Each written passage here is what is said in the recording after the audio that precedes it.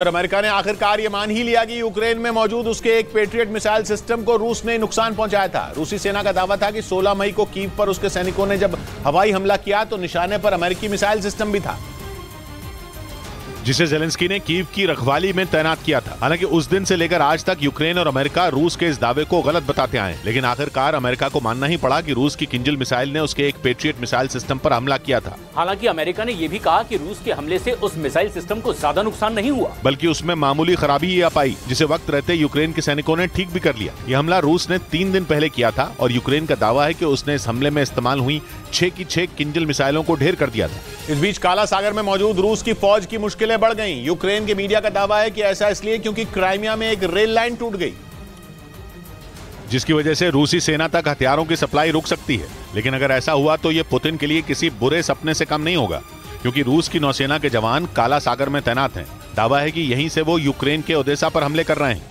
असल में एक दिन पहले ही रूस के कब्जे वाले क्राइमिया में एक ट्रेन पटरी से उतर गई थी। दावा है कि इसके बाद रेल लाइन को भी काफी नुकसान हुआ और अब तक उस लाइन को ठीक भी नहीं किया जा सका। बताया जा रहा है कि इसीलिए अब पुतिन की सेना तक हथियार और अनाज न पहुंचने का खतरा मंडराने लगा है। इधर पीएनबी बैंक घोटाले के आरोपी और भगोड़े मेहुल चोकसी को सेबी ने धोखाधड़ी के मामले में करीब 5.5 करोड़ रुपए का नोटिस भेजा, जो साल 2018 में देश छोड़कर फरार हो गए थे।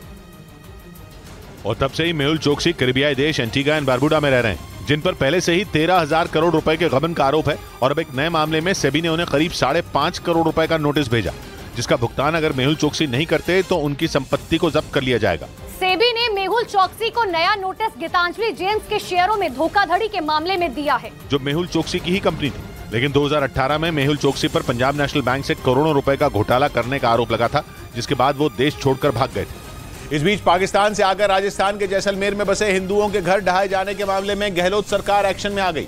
जिन अधिकारियों ने शरणार्थियों के घर ढहाने का आदेश दिया, राजस्थान सरकार अब उनके खिलाफ कार्रवाई के मूड में है। वहीं से पहले उन विस्थापित परिवारों को नए घर देने का ऐलान भी गहलोत सरकार की तरफ से किया गया था, जिनके घर उजाड़ दिए गए थे। और अब इस कार्रवाई में शामिल रहे अधिकारियों पर गाज गिर सकती है। ऐसे अधिकारी सावधान रहे, इन अधिकारियों के विरुद्ध कार्रवाई होगी।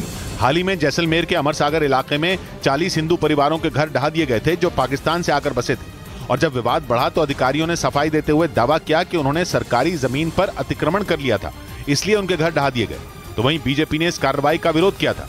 उधर दक्षिण अमेरिकी देश अर्जेंटीना में बेरोजगारी और महंगाई के खिलाफ लोग सड़कों पर उतर आए। वहां की राजधानी ब्यूनस आयर्स में हजारों प्रदर्शनकारियों ने सरकार के खिलाफ नाराजगी जताई और सरकार से जल्द महंगाई पर लगाम लगाने की मांग कर डाली। राजधानी ब्यूनस आयर्स में सरकार की आर्थिक नीतियों के खिलाफ प्रदर्शनकारी काफी देर तक शांतिपूर्ण तरीके से प्रदर्शन करते रहे। उन्होंने अलग अलग जगहों पर सड़कों को घेरकर जोरदार प्रदर्शन किया। आरोप है कि वहां सरकार लगातार बढ़ती महंगाई को कम करने के लिए कोई ठोस कदम नहीं उठा रही।